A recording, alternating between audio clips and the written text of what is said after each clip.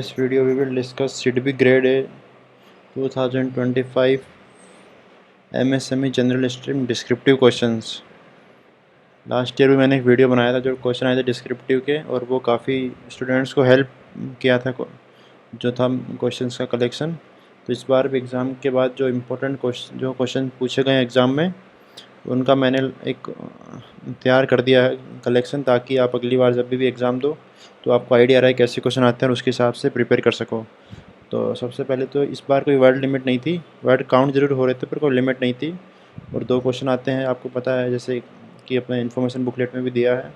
2 question 15 marks के, 2 question 10 marks के आएंगे, और टोटल हमको 5-5 ऑप्शन मिलेंगे हर एक के इनमें से। तो ये 50 मार्क्स का पूरा सेक्शन रहेगा डिस्क्रिप्टिव। इस बार जो क्वेश्चन पूछे गए थे वो मर्चेंट बैंकर और एआरसी वगैरह जो सेबी रिलेटेड है नोटिफिकेशंस, उनमें से भी पूछे गए थे। तो एक क्वेश्चन था merchant banker and in functions, और सेकंड था ARC and is function in stress asset and NP resolution. फिर एक क्वेश्चन पूछा गया था इस बार करंट से रिलेटेड था, ये भी करंट और एमएसएमई का बहुत मिक्स करके क्वेश्चन पूछे गए थे इस बार। तो इसमें पूछा गया था विकसित भारत @2047, और इसमें एमएसएमई का रोल क्या हो सकता है।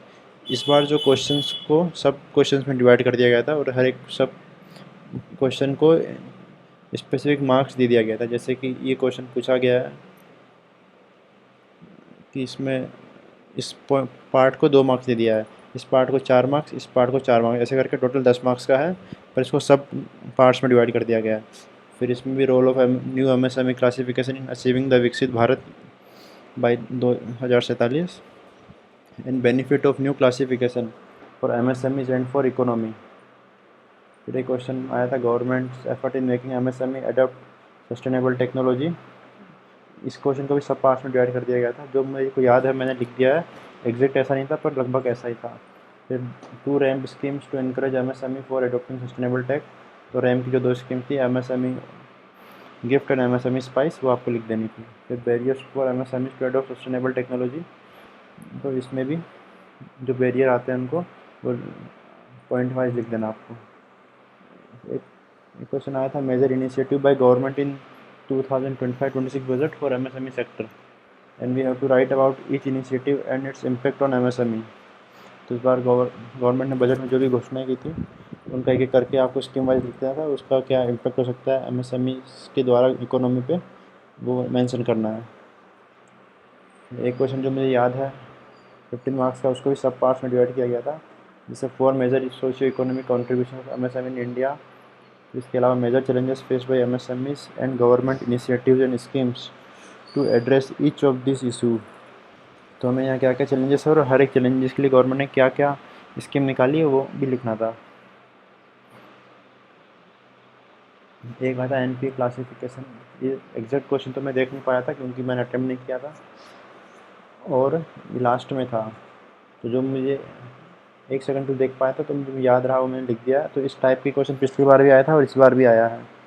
तो NP classification, SMA classification, sorry मैंने बाय मिस्टेक ये एसएमए लिख दिया है, एक्चुअली ये होगा एसएमए। ये